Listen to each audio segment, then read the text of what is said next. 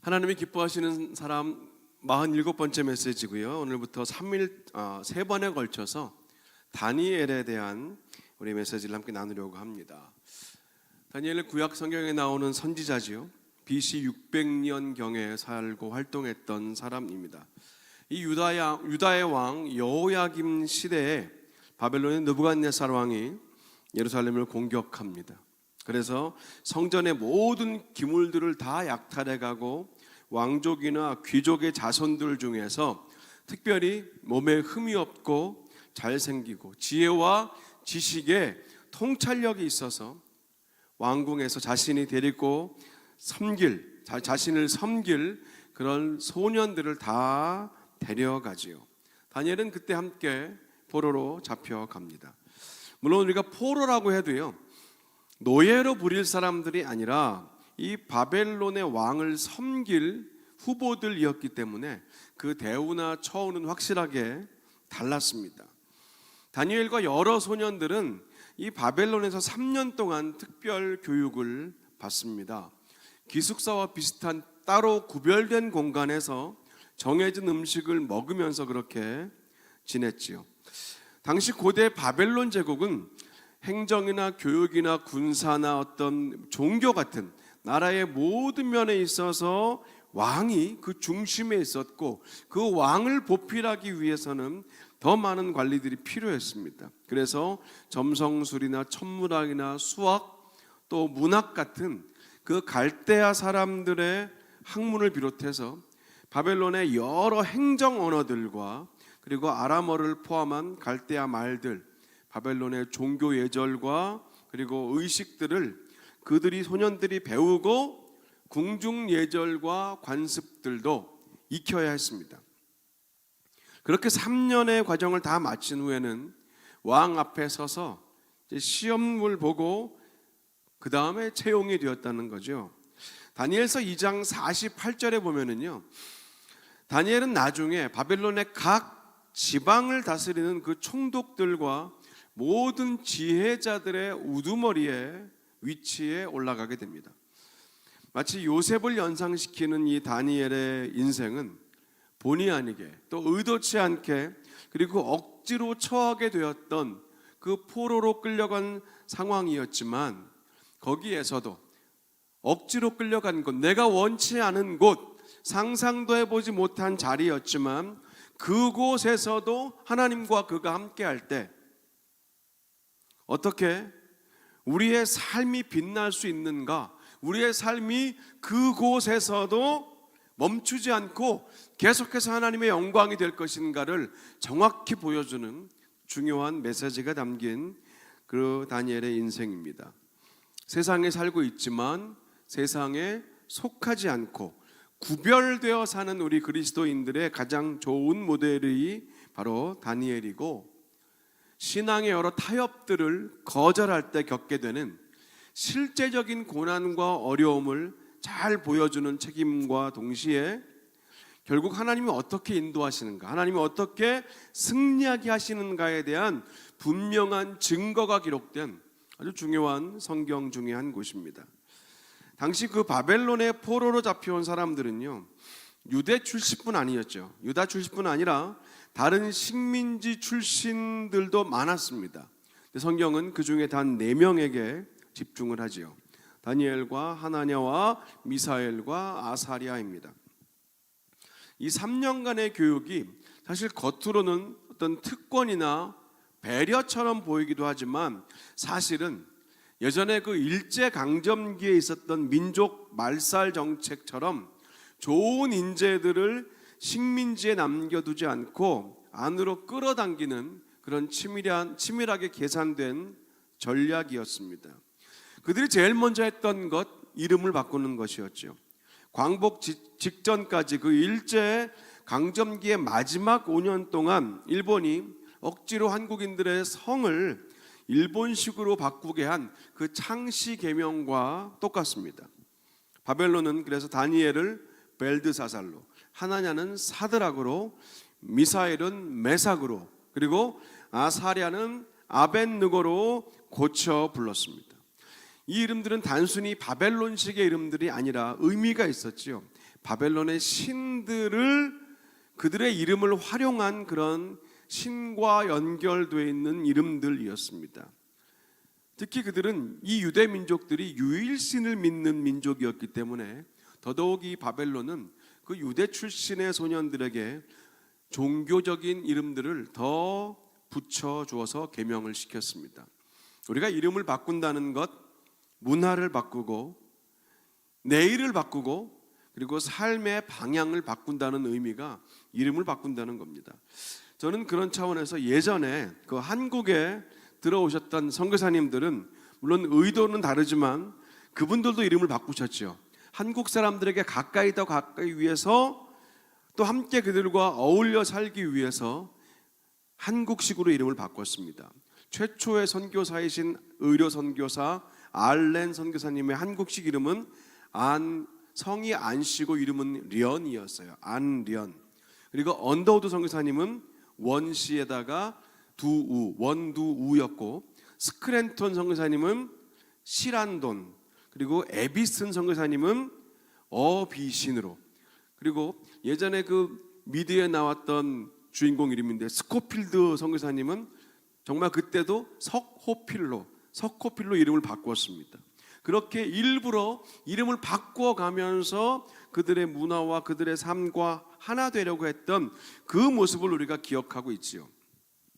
물론 다른 차원이었지만 이 바벨론도 그렇게 이름을 바꾸게 하면서 이 자신들의 나라를 잊고 그들의 지난 과거를 잊게 하려는 그런 의도가 많았습니다. 하지만 이 바벨론의 전술과 전략 안에서 이제 유다의 어린 4명의 소년들이 보여줄 하나님을 향한 그들의 신앙의 절개와 지조는 상상 이상이었습니다.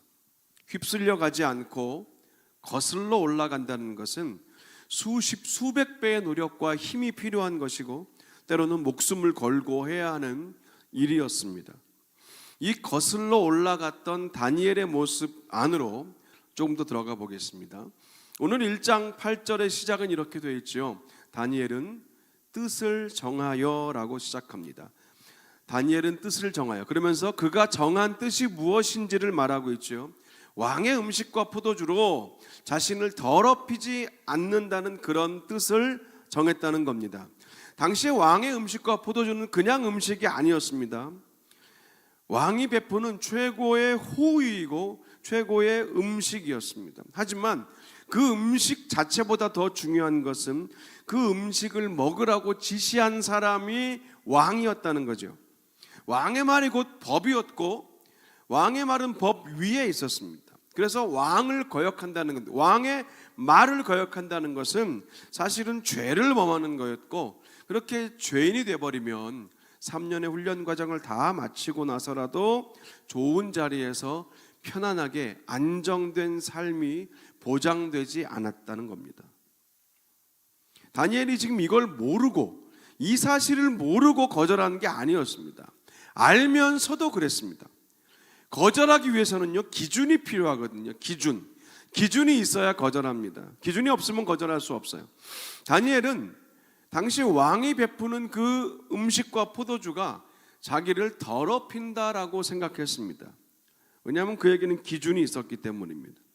다니엘의 기준은 하나님의 말씀이었죠. 레위기 11장과 17장 등을 통해서 다니엘은 하나님이 정하신 부정한 것들, 돼지고기나 여러 가지 날것 등등을 먹지 않기로 결정했고, 무엇보다 이 바벨론의 왕궁에서 제공되는 그 음식들이 어디서 나오는 건지를 다니엘이 보았고 알았기 때문에 더 거절했던 겁니다.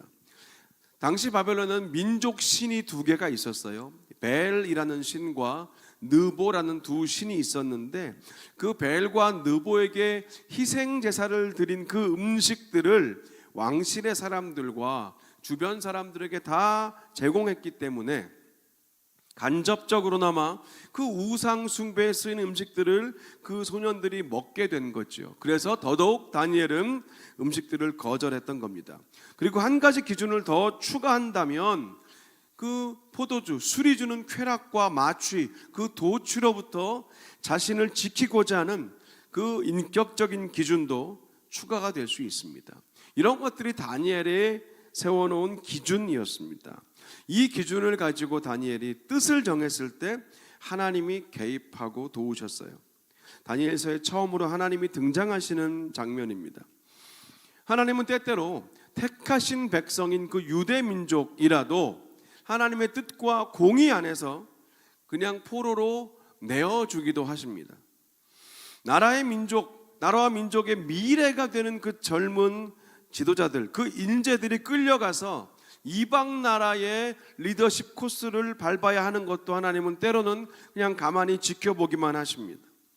그들이 창시계명의 수치를 당하면서 하나님을 모르고 부인하는 자들 아래에서 통제받고 조율당할 때에도 하나님은 움직이지 않으셨습니다. 하지만 유다의 멸망과 바벨론의 포로 생활로 마치 모든 빛이 다 꺼진 것 같은 그런 상황에서도 하나님은 기다리고 계셨습니다. 왜냐하면 하나님의 때가 있기 때문에 그렇죠. 하나님의 때, 하나님이 일하시고 움직이시고 하나님이 역사하시는 그 때가 언제인지 오늘 성경을 통해서 우리는 확인할 수 있다는 겁니다. 그때의 시작은 바로 뜻을 정한 때였습니다. 나는 왕의 음식과 그가 주는 포도주로 나를 더럽히지 아니하리라. 그리고 이렇게 뜻만 정한 게 아니라요, 실제로 자신과 3명의 친구들을 담당하는 그 관리, 그보다 더 위에 있는 궁중 대신격인 환관장에게 찾아가서 직접 말을 했을 때 하나님의 역사가 나타났습니다. 우리가 보통 기준을 정하는 것, 그리고 기준을 가지고 생각하는 건 쉽습니다. 그리고 생각을 정리하면서 그렇구나 결심하고 뜻을 정하는 것도 쉬워요. 하지만 그 정한 뜻을 가지고 지금 자기와 비교할 수 없는 힘과 능력을 가진 그 바벨론 제국의 왕의 대리인인 그 환관장에게 직접 상고하여 말을 한다는 것은 전혀 다른 차원입니다. 아직 저는 한 번도 못 해봤는데요, 번지 점프를 하는 것과 비슷할 것 같아요. 이게 아래에서 볼 때는 그리 많이 높아 보이진 않는다고 합니다. 자료를 찾아봐도 몸에 매는 줄 모든 것이 다 안전합니다. 잘 계산이 되어서 검증이 된 세팅이에요. 그래서 내가 오늘은 번지 점프를 좀 해야겠다, 충분히 할 수 있겠다, 하리라, 뜻을 정할 수 있단 말입니다. 뜻을 정할 수 있어요. 그래서 그 뜻을 정하고 돈까지 지불하고 타워 위로 올라갈 수 있습니다. 거기까지는 다 합니다. 그리고 꼭대기에 올라가서 몸에 줄을 막 묶지요. 단단하게 수십 번 체크합니다. 여기까지도 다 누구나 할 수 있어요. 근데 막상 타워 끝에 서서 줄에 내 몸을 다 맡기고 아래로 뛰어내리는 것은 다른 차원이잖아요. 대부분 거기서 주저앉고 포기하고 그냥 내려옵니다. 근데 이 번지 점프를 포기하는 것보다 더 어려운 포기가 있는데, 군대의 유격훈련장에 있는 목타워, 막타워라고 부르는 모형탑 훈련입니다. 인간이 가장 공포를 느낀다는 11m 높이에 올라가서 줄을 메고 뛰어내리는 것도 비슷하지요. 제가 군대에 있을 때 한 번 딱 해봤는데요, 그 경험을 생각해 보니까 맞더라고요. 그 아래에서 올라가기 전에 미리 정신교육을 굉장히 많이 받습니다. 그리고 올라가서 마음이 흔들리거나 약해지지 않도록 기합도 받고 계속 소리를 지르면서 끝까지 올라가 끝에 섭니다. 근데 거기까지 올라가서도 거의 뛰어내리지 못하는 경우는 많이 없어요. 대부분은 억지로라도 뛰어내립니다. 왜냐하면 끝까지 거절했다가는 그 자리에 있는 고참들, 동기들, 후배들, 또 부사관들이나 장교들로부터 돌아올 그 엄청난 후폭풍을 다 감당해야 되기 때문에 대부분 뛰어내립니다. 저는 오늘 말씀을 준비하면서 이렇게 번지점프와 이 먹타워 훈련만 비교해봐도 다니엘이 오늘 뜻을 정한 후에 환관장에게 찾아가서 자신의 뜻을 말했다는 게 얼마나 대단한지가 상상이 되었어요. 번지점프는 안 뛰어도 죽이지 않아요. 이 먹타원을 뛰지 않아도요, 강제로 전역을 시키지 않습니다. 근데 다니엘은 환관장에게 목숨을 걸고 말했어요.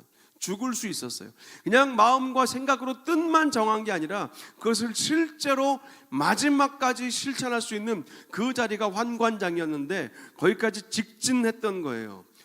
포로로 잡혀온 그 이방 소년 하나가 대제국 바벨론의 왕의 명령을 정면으로 거부하고 자신의 소신을 그 대리인에게, 왕의 대리인에게 직접 말한다는 것은요, 그만큼 엄청난 일이었습니다.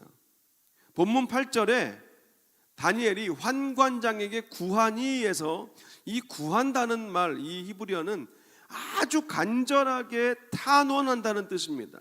그냥 대충 한번 건의해 보지 뭐, 그냥 한번 말해서 아니면 말고, 이 정도 수준이 아니었다는 거예요. 죽으면 죽으리라는 각오로 그 아하수에롱 앞에 찾아갔던 에스더처럼 그만큼 큰 결단이었습니다. 하나님은 다니엘이 그 뜻을 정하고 환관장에게 간청한 이후에 그 다음에 하나님의 이름이 등장해요.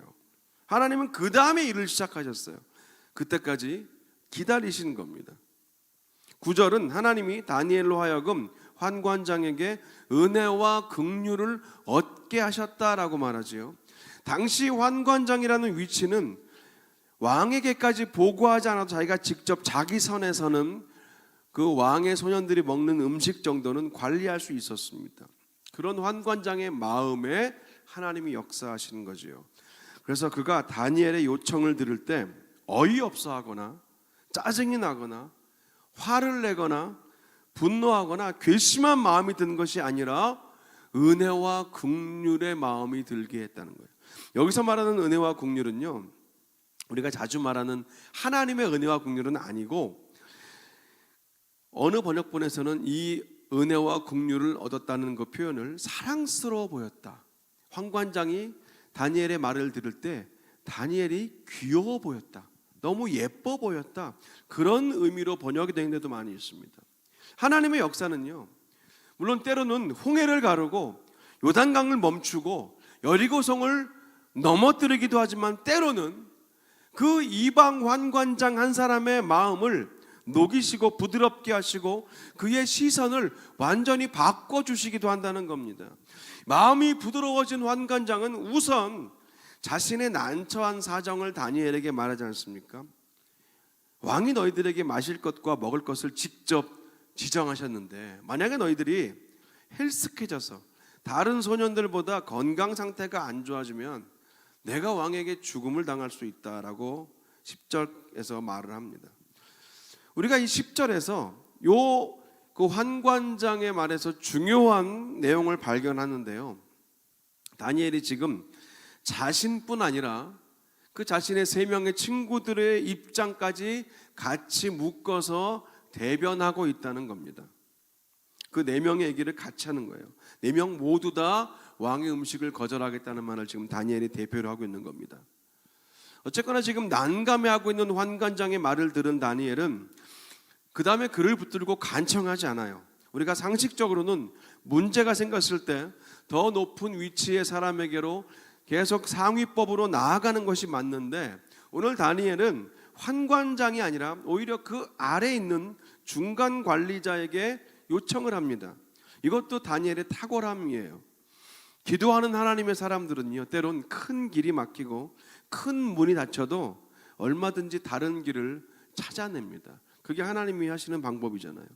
사실 이 중간 관리자에게 다니엘이 한 것은 요청이 아니라 오히려 딜이었습니다. 딱 열흘간만 시간 주십시오. 저와 제 친구들에게 채소와 물만 먹게 하셔서 열흘 후에 왕의 음식을 제대로 다 먹은 다른 소년들과 비교해 보신 다음에 그 다음에 평가해 주십시오. 당돌하지만 설득력이 있는 말이었습니다. 이 원어를 보면은요, 우리가 채소란 단어를 읽지만 실제로 우리의 생각하는 그 채소가 아니에요.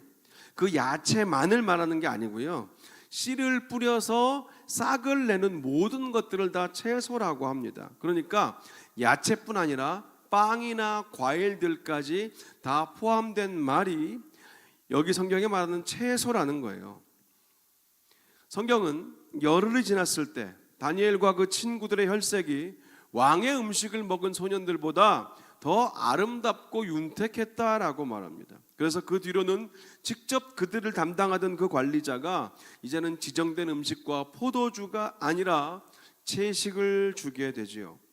여기서 우리가 또 오해하지 말을 게 하나 있는데요, 다니엘과 친구들이 평생 육식을 하지 않고 포도주를 입에 대지 않은 그런 극단적인 식단을 계속 유지했다는 그런 말은 아닙니다.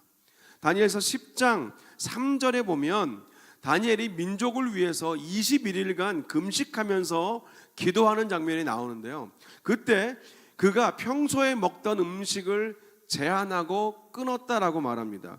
그때 자신이 평소에 먹던 음식을 쭉 나열하는데 좋은 떡, 고기, 포도주가 다 들어가 있어요.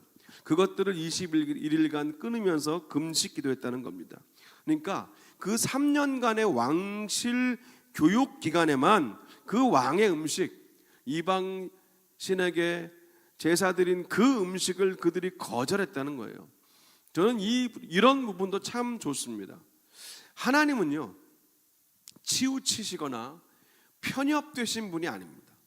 하나님을 대충 아는 사람들은 하나님을 독재자라고 말하고 이기적인 유일신이라고 말하지만 사실 그렇지 않습니다. 하나님은 사랑이신데 사랑에 근거하여 공의를 베푸시는 분입니다. 사랑이 없이는 공의를 베푸지 않는 분이셔요. 하나님은 독선적이거나 외골적이거나 틀 안에 갇힌 분이 아니라는 증거는 성경에 넘쳐납니다. 당장의 광야 40년만 봐도 하나님이 모세와 대화를 하시거나 모세의 기도를 들으신 다음에 그 마음과 뜻을 바꾸신 적이 얼마나 많습니까? 하나님의 아들이자 하나님이신 예수님도 6번째 남편과 사는 그 사마리아 여인을, 그리고 현장에서 가늠하다 잡혀온 그 여인을 어떻게 대하셨는가 우리가 잘 알지 않습니까? 물론 다니엘이 평생 포도주와 고기를 먹지 않았다고 해서 그가 편협하고 외골적인 꽉 막힌 신앙인이란 말이 아니죠. 그 3년의 훈련 기간에는 반드시 그렇게 자신과 친구들의 몸과 마음과 영혼, 그들의 신앙을 다스려야 했기 때문에 그 기간에 그렇게 했던 겁니다. 전 그래서 오늘 이 다니엘에 대한 첫 번째 설교의 제목을 뜻을 정한 사람이라고 할 때 저는 그 부분에 우리의 시선과 마음을 잘 정리한다고 생각합니다. 난 한다면, 한 번 한다면 하는 사람이다. 난 한 번 안 한다면 안 하는 사람이야. 날 바꾸려고 하지 마. 어림도 없어. 내가 살아온 방식대로, 내가 믿어온 방식대로 그냥 이대로 쭉 살 거야. 이런 말과 태도는 절대 멋있지 않습니다. 성경적이지 않아요. 성경을 잘 모르는 겁니다. 하나님을 제대로 알지 못하는 거죠. 이렇게 살면 점점 주변에 사람도 없어지고 외롭게 고립될 뿐입니다. 뜻을 정할 때가 있고 그 뜻을 거둘 때가 있습니다. 저는 우리가 오늘 이 다니엘서 1장 말씀 앞에 다시 또 우리의 모습을 좀 비춰보았으면 좋겠습니다. 절대 쉽지 않았겠지만 이 다니엘은 마음과 그 마음에 정한 뜻을 실천했습니다. 그 뜻이 하나님의 마음에도 합했기 때문에, 하나님의 마음에도 합당했기 때문에 하나님이 개입하시고 도와주셨잖아요. 역사하시는 겁니다. 뜻이라는 말, 이 히브리어는요 리뽀라는 단어인데 마음, 헐트라는 뜻이에요. 마음, 이 리뽀는 한 사람의 생각과 의지와 감정과 결단이 다 모여있는 존재의 중심 공간이 리뽀, 뜻을 정하는 마음입니다. 삶의 기준이 되고 삶의 중심축이 되는 것이 바로 이 리뽀, 마음이에요. 이 마음 안에서 일어나는 모든 것들은 1차적으로 우리의 책임이에요. 내 마음을 가장 책임지는 1차적인 책임은 바로 자신, 우리에게 있습니다. 우리가 어떤 것을 보고 어떤 것을 듣고 어떤 것을 생각하고 어떤 것을 고려하고 어떤 것을 결단하고 어떤 것을 실천하는가, 그 모든 전인격적인 사건이 일어나는 곳이 바로 마음, 리뽀입니다. 이 마음 안에서 뜻이 정해지고 그 뜻이 하나님의 뜻에 합당한 것이 되고 그 뜻이 실천이 되었을 때 오늘 성경에 있는 내용처럼 하나님이 움직여 개입하시는 거예요. 간섭하시고 친히 역사하시는 겁니다. 그 잡혀온 노예 소년이 궁중 대신 환관장 앞에 가서 감히 말할 수 있는 그 역사, 환관장의 마음에 그 소년을 사랑스럽고 긍휼히 여기고 어여삐 여기는, 귀엽게 여기는 그런 마음을 하나님이 주시는 거예요. 아무리 다니엘이 말을 잘하고 대단해도 어떻게 바벨론 환관장의 마음을 순식간에 움직일 수 있었겠습니까? 무례하고 무엄하게 짝이 없는 말을 듣고도 오히려 환관장이 그런 마음을 가졌다는 것, 하나님이 하신 일이라는 거잖아요. 우리는 오늘 이 말씀을 듣고 오늘 본문 말씀을 읽고 나눌 때 하나님이 하신 역사와 그 기적, 다니엘과 친구들의 얼굴이 좋았더라, 거기에만 우리의 관심을 두면 안 되고요, 그 이전을 계속 우리가 확인하며 지나가야 합니다. 시작은 다니엘이 뜻을 정하는 거였습니다. 바로 여기가 오늘 우리의 마음을 둘 지점입니다. 하나님이 기뻐하시는 뜻을 정하는 것, 그리고 그 다음은 그 방법과 내용과 때는 하나님이 정하신다는 거예요. 이게 우리 믿는 성도들의 삶이라는 겁니다. 오늘 하나님께서 이 말씀을 통해서 여러분에게 혹시 생각나게 하신 어떤 지점이 있으십니까? 거절하지 못하고 지지부진 그냥 알지만 끌려다니는 어떤 그 무엇은 없으십니까? 하나님이 기뻐하지 않는 것 알면서도 계속 지속하고 있는 그 어떤 것이 있으십니까? 간절히 바라기는 하나님이 기뻐하시는 그 뜻을 마음에 정하고 그 뜻에 순종하면서 나아가실 때 오늘도 우리를 통해서 일하시는 하나님의 놀라운 역사는요, 다양한 방법과 길로 나타날 것입니다. 하나님의 일을 그래서 경험하고 지속적으로 감사하며 끊임없이 찬송하며 때를 얻든지 못 얻든지 우리의 그 삶 속에 나타난 하나님의 역사를 간증하며 사시는 그런 저와 여러분 되시기를 주님의 이름으로 간절히 축원합니다. 아멘. 우리 함께 오늘 이 말씀 붙들고 기도하기 전에 찬양을 같이 나누고 싶어요. 모든 상황 속에서 주를 찬양할지라. 주는 너의 큰 상급 큰 도움이시라. 내 영혼이 확정되고 확정되어 싸우니 믿음의 눈들어 주를 바라봅니다. 확정되었다는 것, 이것이 바로 뜻을 정했다는 의미거든요. 찬양 가운데 흔들리고 있는 아직 미진한 우리의 마음과 그 뜻이 있다면 오늘 찬양과 기도를 통해서 하나님 앞에서 다시 한번 굳건하게 세워질 때 하나님이 오늘 다니엘에게 하시는 그 놀라운 역사가 저와 여러분의 삶 가운데도 나타나실 것입니다. 우리 함께 찬양하며 주님 앞으로 나아갑시다. 모든 상황 속에서 주를 찬양할지라.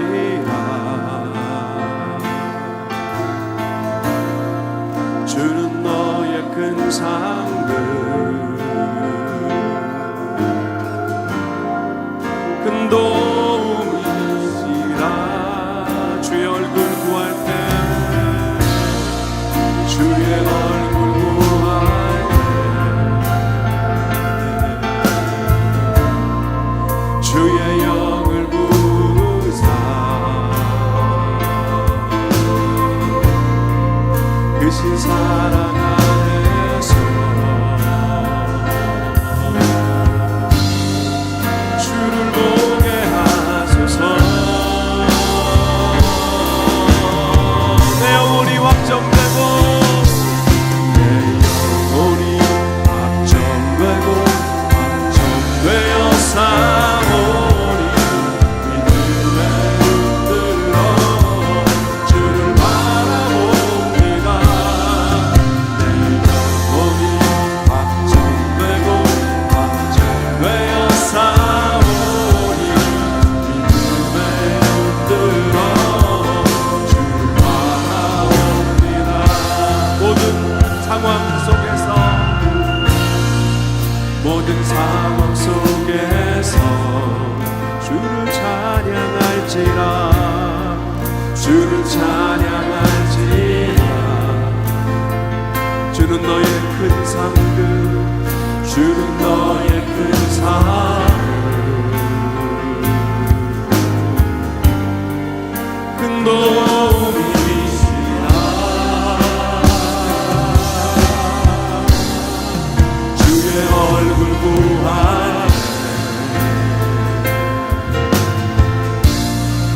주의 영을 부으사 그 신사랑 안에서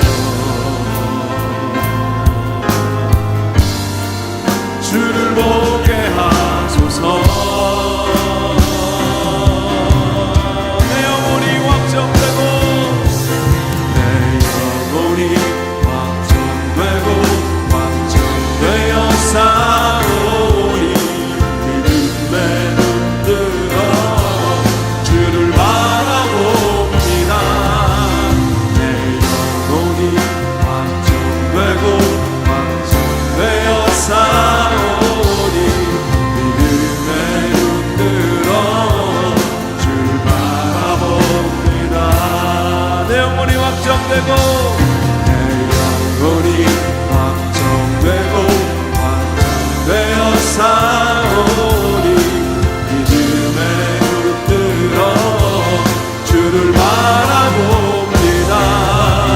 내 영혼이 확정되고 확정되어 싸우니 믿음에 붙들어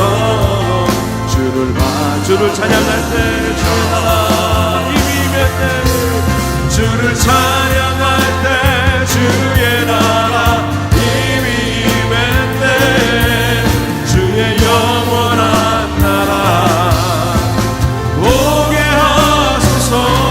내 영혼이 확정되고 영혼이 확정되고 확정되어서 믿음에 눈들어 주를 바라봅니다. 내 영혼이 확정되고 확정되어 싸우니 믿음에 눈들어 주를 바라봅니다. 한 번 더 내 영혼이 확정되고 내 영혼이 확정되고 확정되어 싸우니 믿음에 눈들어 주를 바라봅니다. 영혼이 확정되고 확정되어 싸우니 믿음에 눈들어 주를 바라봅니다. 함께 이 시간 오늘 주신 말씀 붙들고 기도합시다. 다니엘이 뜻을 정했을 때는 상황과 환경이 안정되었을 때가 아닙니다. 오히려 다니엘이 뜻을 정했을 때는요, 가장 불편하고 가장 두렵고 가장 불안했던 그때였잖아요.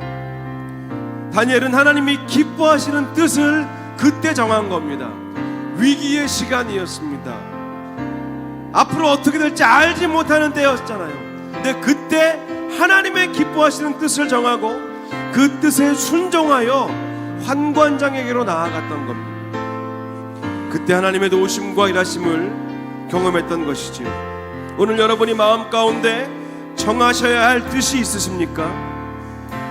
하나님이 기뻐하시는 길과 방향과 방법으로 살아야겠다는 그 어떤 뜻이 있으십니까? 다니엘과 친구들은 왕이 정한 음식과 포도주를 마시지로 않기로, 그것으로 몸을 더럽히지 않기로 결정했습니다.